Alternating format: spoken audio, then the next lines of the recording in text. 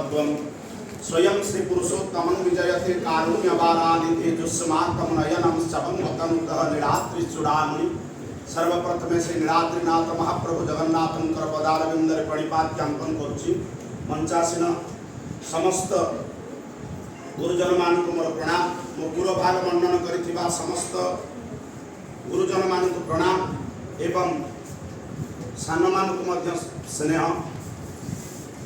आज विदायकालीन संबर्धना सभा जहां उद्देश्य रे बा जहां पाई आज अर्पण करा जायछि मधुचंदा मैडम वास्तव में व्यक्तिगत भाव मु कहिबे मु मैडम को विशेष भाव में जानिनी कारण विज्ञान विभाग मैडम आमे आर्ट्स विभाग रे रहिले विशेष भाव में मिसिबार सौभाग्य अर्जन करनी किंतु गोटे कथा मु आज कहबा को बाध्य हेबी मो देह असुस्थ